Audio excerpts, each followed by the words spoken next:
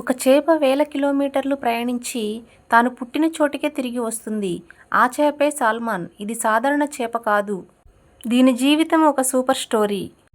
Salmon చేపలు సముద్రంలో పెరుగుతాయి, కానీ పుట్టేది మాత్రం నదుల్లో. ఇవి నదిలో పుట్టి పెద్దయ్యాక సముద్రానికి వెళ్తాయి. ఇవి జీవితంలో ఒకసారి వేల కిలోమీటర్లు ప్రయాణించి తిరిగి అదే నది, అదే చోటికి వస్తాయి.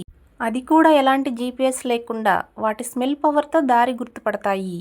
సాల్మన్ చేపలు ప్రవాహానికి వ్యతిరేకంగా ఈదుతూ పెద్ద పెద్ద జలపాతాలను కూడా దాటేస్తాయి. అవి ఎగిరి జంప్ చేసే సీన్ చూస్తే నిజంగా షాక్ అవుతావు. ఇవి తిరిగి నదికి ఎందుకు వస్తాయో తెలుసా? పిల్లలను పెట్టడానికి.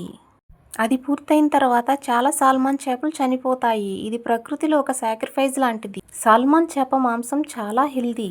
దీనిలో ఒమేగా 3 ఫ్యాటీ యాసిడ్స్ ఎక్కువగా ఉంటాయి. ఇవి మన హార్ట్, బ్రెయిన్కి చాలా మంచిది. సాల్మన్ చేప రంగు పింక్ లేదా ఆరెంజ్గా ఉంటుంది. దీనికి కారణం అవి తినే ఆహారం.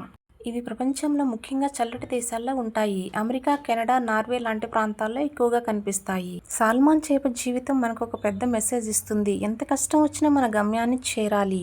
మరిన్ని ఫ్యాక్ట్స్ కోసం లైక్, షేర్, సబ్స్క్రైబ్ చేయండి ఫ్రెండ్స్.